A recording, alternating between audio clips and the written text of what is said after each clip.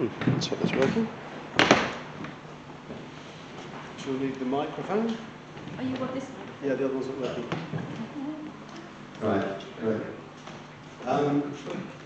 Okay, so yeah, Ruth and Boaz. We're looking, over this summer period, we've been looking at some Bible stories.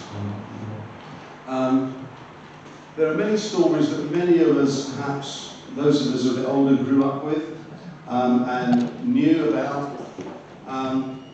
But perhaps these days, not everything is as well known by people, but I'm sure most of us would know these stories.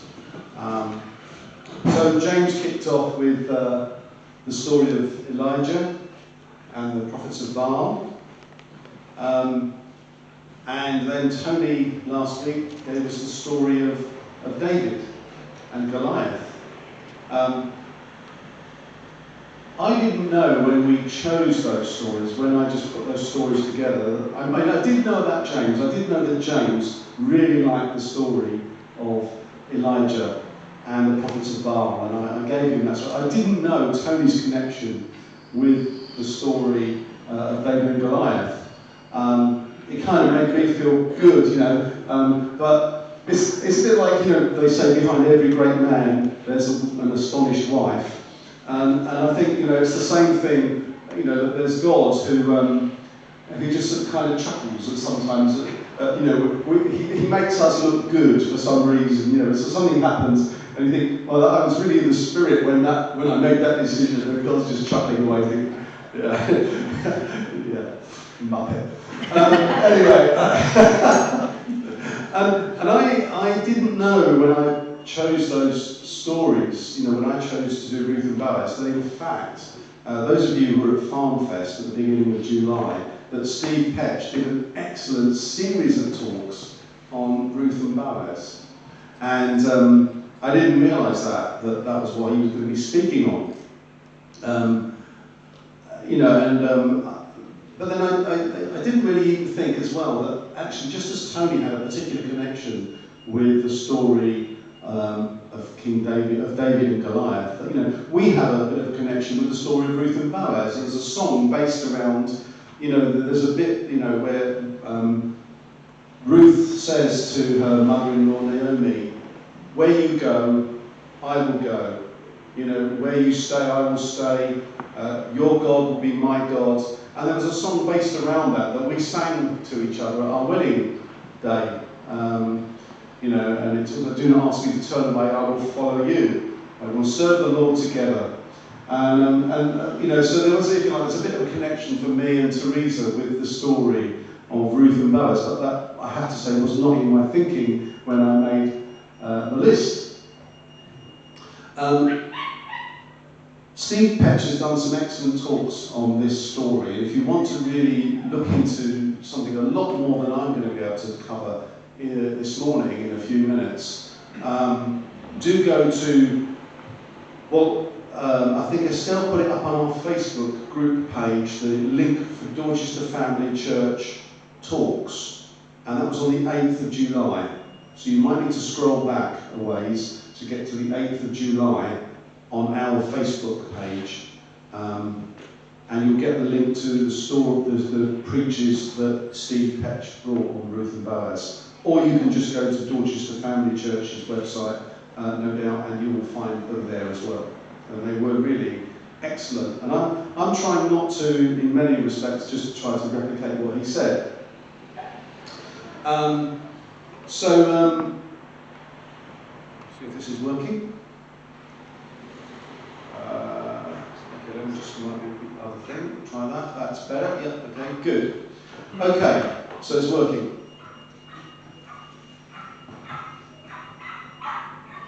Steve was outlining, in fact, my Bible, my big, thick Bible that's got sort of notes and things in it and stuff. It says, you know, that it's almost written as a play. It's a love story, a redemption story, and it's written as a play. In the original, it had something like a 71 word in Hebrew prologue, and it had a 71 word epilogue, So at the beginning it kind of sets out the story, what's going on, and at the end it kind of wraps up everything that's happened. And right in the middle of the story, in chapter 2, verse 20, it says, "He has not stopped showing his kindness."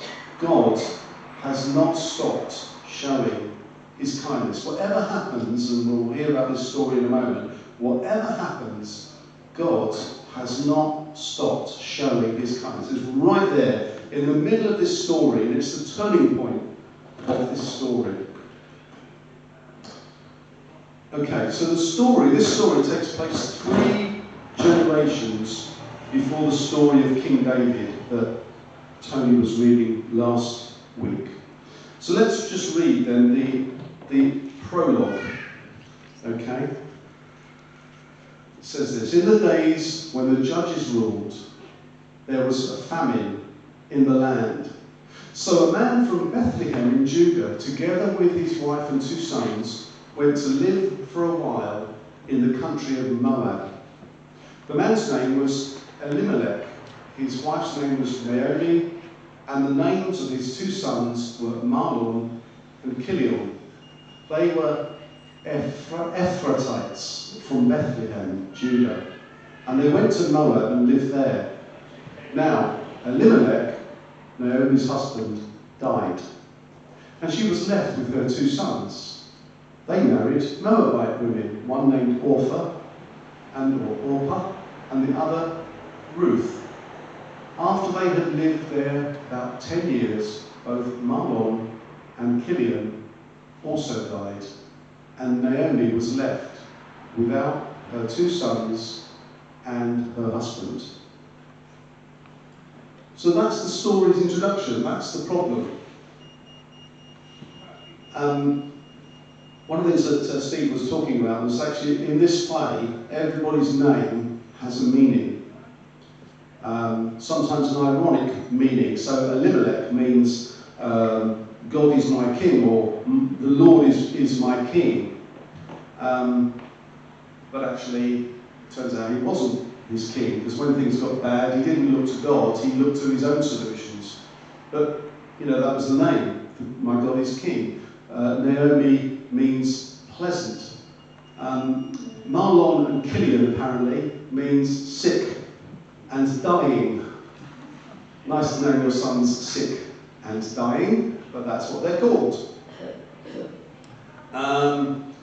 Bethlehem is the house of bread. And of course, in the house of bread, there was famine. So all of these names in this story have a meaning, and sometimes it's an ironic meaning. But Elimelech didn't live up to his name. When trouble came, the Lord wasn't his king. He didn't look to his king to see what should I do. He came up with his own rescue plan.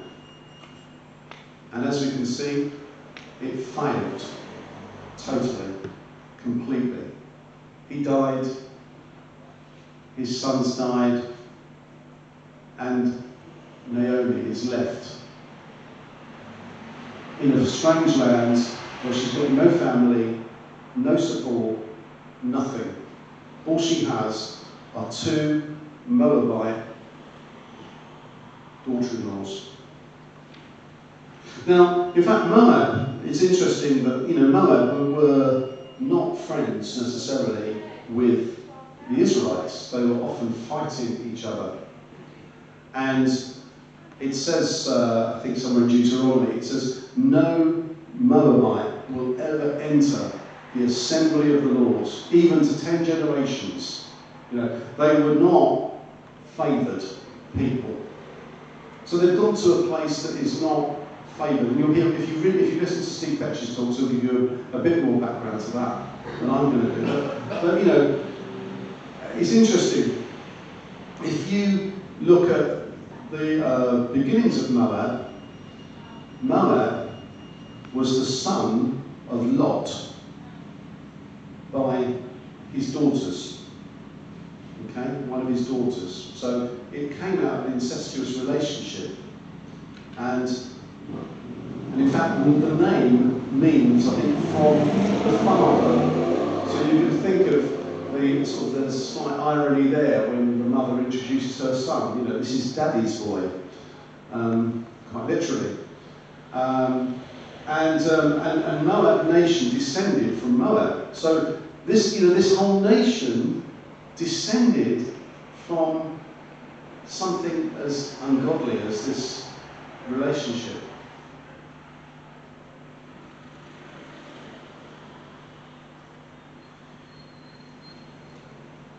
So let's look then at verse 6. Come on. Okay. So Naomi is stuck in Moab, but when she heard in Moab the Lord had come to the aid of his people by providing food for them, she and her daughter-in-laws prepared to return home from there. Well, her home, not their home. They'd never been in Israel, the two daughter-in-laws. It was only Naomi that had been in Israel. But it then says, eventually Orpah returns to her people. Naomi said, don't come with me, I've got nothing for you. I'm just a barren woman, an older woman, nothing I can do for you. Go back to your own people. Maybe there you'll find another husband. Maybe there you'll find a fresh start. And Orpah decided she would go back to her own people, but Ruth decided, no, that she was going to be faithful, she was going to pursue this friendship, she was going to go back with Naomi, back to Israel. Whatever happened, she was determined to stick by Naomi. Now, each act in this play, each act in this story sets the scene for the next act. So at the end there, or the start of chapter 2, it says Naomi had a relative on her husband's side, a man of standing from the clan of Elimelech, whose name was Boaz. And Ruth the Moabite said to Naomi, let me go to the fields and pick up the leftover grain behind anyone in whose eyes I find favour. When they got there, it was harvest time. There was grain in the fields. The famine had passed. There was plentiful grain in the fields, in fact. And it was permitted in those days, if you were poor, you could go behind those who were gathering the harvest. And whatever dropped to the floor that they didn't pick up, you were permitted to gather for yourself. The poor were permitted to do that. So that was what she was going to do. Go into the fields and pick up the leftover grain behind anyone whose eyes I find favour. So, whose field do you reckon she was going to glean in? Well, it's up there, isn't it? It's going to happen. It's the way the story's written. She's going to go to Boaz's field. And in fact, Boaz lets her glean. He sees her and he says, who's that woman? And they said, that's Ruth, the daughter-in-law of Naomi. He said, well, look after her, don't touch her, don't anyone harm her. Make sure that in fact, even leave a little bit more than you should do so that she's got food to collect. He was a lovely, godly man who just wanted to make sure that this young widow was cared for.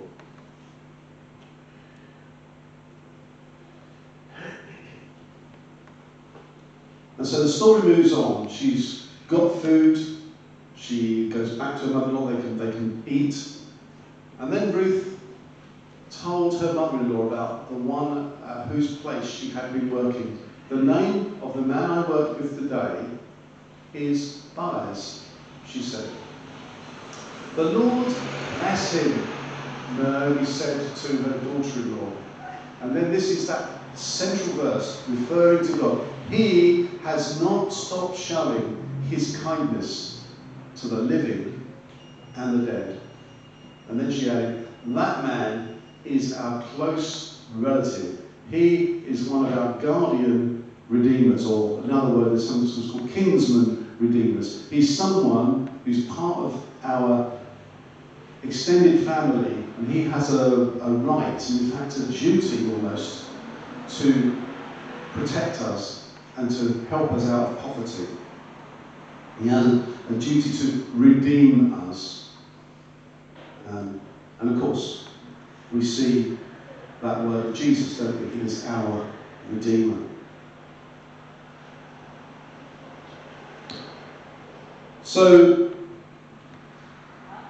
the story is progressing. They come back, they found a place to work, a place to get food, and then there's this glimmer on the horizon. There is someone who is our Redeemer, our kinsman Redeemer, our guardian Redeemer. One day, Ruth's mother-in-law, Naomi, said to her, "My daughter, I must find a home for you where you will be well provided for." Well, whose home do you think she has in mind? Okay, I think you know exactly whose home she has in mind. Sure enough, very next verse. Now, Boaz, with whose women you have worked, is a relative of ours. She has Boaz in mind. Now, in fact, the story, it goes on that, she says, right, dress yourself up, put on your best clothes, make yourself look as glamorous as you can, and then go to him at night and sleep under his blanket. Now, in my Bible notes, it says, of course, that no impropriety was, was ever intended here. And I'm not so sure. Because I think, I think sometimes we think that the people in the Bible and the stories in the Bible are done of people who are as pure as the driven snow. Actually, when you read the Bible, that's not the case, in fact.